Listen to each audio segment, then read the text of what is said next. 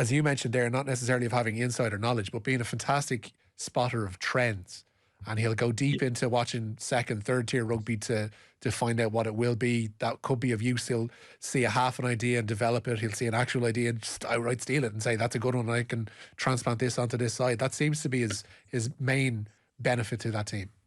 Yeah, look, that's exactly right. Whatever knowledge he has of Ireland, I mean, it was 4 years ago. Look what Andy Farrell's done since he came in. He's taken Ireland, multiple levels higher than, where they were 4 years ago. So like what Joe can bring specifically about this guy, that guy, probably not a huge amount. But you're right.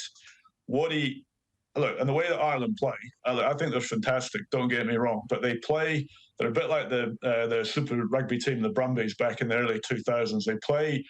They're rigidly coached. I mean, they're magnificently coached. Everyone knows what they're doing, and they play to a highly specific pattern, and they work variations off that.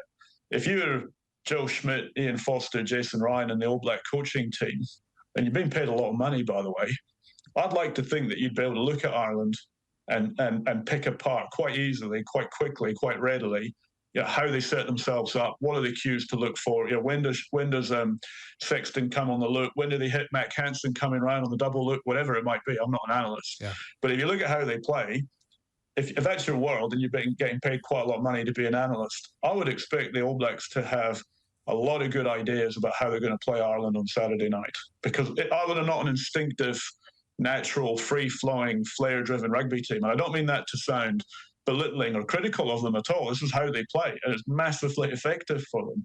But, they are relatively easy, I would have thought, to come up with some ideas on how you're going to play against them. The counter-argument to that would be that they're less rigid and less married to styles of play or styles of attack than they would have been under Joe Schmidt. Like, there was the theory that they did things under Joe Schmidt. They did the one thing very well, but the one thing that's been able to flower from here is that they're able to offer variations of different scenarios and benefit from them. Yeah, and that's true, and that may be a coaching environment, that may be the experience of the players, because, I mean, jeepers, how many test matches has Sexton played? Look at that back line in particular. They've been together, most of them, for a long time.